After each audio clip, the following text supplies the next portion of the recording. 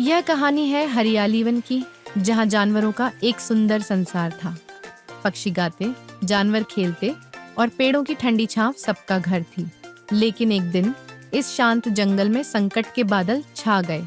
ये शोर और धुआं कैसा है? मुझे देखना होगा। जटायु, मदद करो, ये लोग हमारे पेड़ काट रहे हैं। ऐसा नहीं हो सकता। मुझे चतुरा से बात करनी होगी।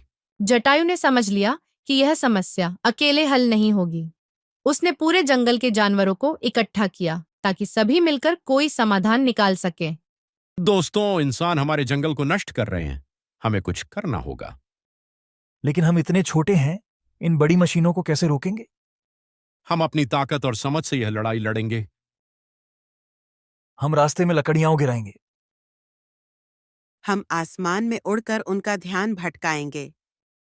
बहुत अच्छा। कल सुबह हम शुरू करेंगे। अगली सुबह जानवरों ने अपनी योजना के अनुसार इंसानों का सामना किया, लेकिन यह आसान लड़ाई नहीं थी। ये जानवर काम नहीं करने देंगे। हमें और बड़ी मशीनें लानी होंगी। डरो मत दोस्तों, हमें और मजबूत बनना होगा। मैं मदद लाने चाहूंगा। जटायु ने मदद की तलाश में पहाड़ों का रुख किया। वहीं पर रहती थी जादुई परी आर्या, जो प्रकृति की रक्षा करती थी। परिमां, हमारा जंगल खतरे में है। इंसान उसे नष्ट कर रहे हैं। हमें आपकी मदद चाहिए। जटायु, तुम्हारी बहादुरी और निष्ठा मुझे पसंद आई। यह जादुई पंख लो, इससे तुम प्रकृति की ताकत को बुला सकते हो। धन्यवाद परिमां, मैं इसे सही तरीके से इस्तेमाल करूंगा। जटायु जादुई पंख लेकर जंगल लौटा, लेकिन उसे लगा कि केवल जादू से इंसानों को हमेशा के लिए नहीं रोका जा सकता। उसने जानवरों को एक नई योजना के लिए बुलाया। दोस्तों, हमें इंसानों को समझाना होगा कि यह जंगल सिर्फ हमारा नहीं, बल्कि उनका भी सहायक है। पर क्या वे हमारी बात समझेंगे? अगर हम अपनी ताकत और समझदारी का उपयोग करें तो वे हमें सुनेंगे। हमें अपनी लड़ाई के साथ संवाद भी करना होगा। लेकिन यह कैसे होगा?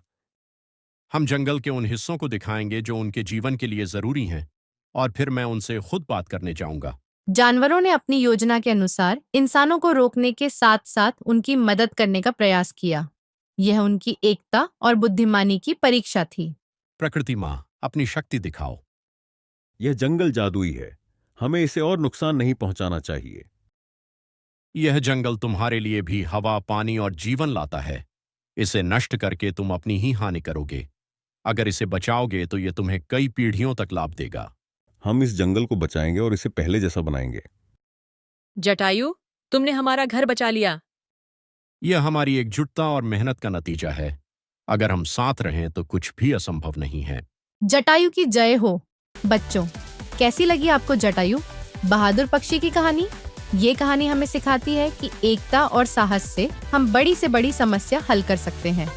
अगर आपको यह कहानी पसंद आई हो तो टाइनी टेल्स हिंदी को लाइक, सब्सक्राइब और शेयर करना मत भूलिए। तब तक के लिए खुश रहिए और प्रकृति से प्यार कीजिए। टाइनी टेल्स हिंदी, आपकी अपनी कहानियों की दुनिया।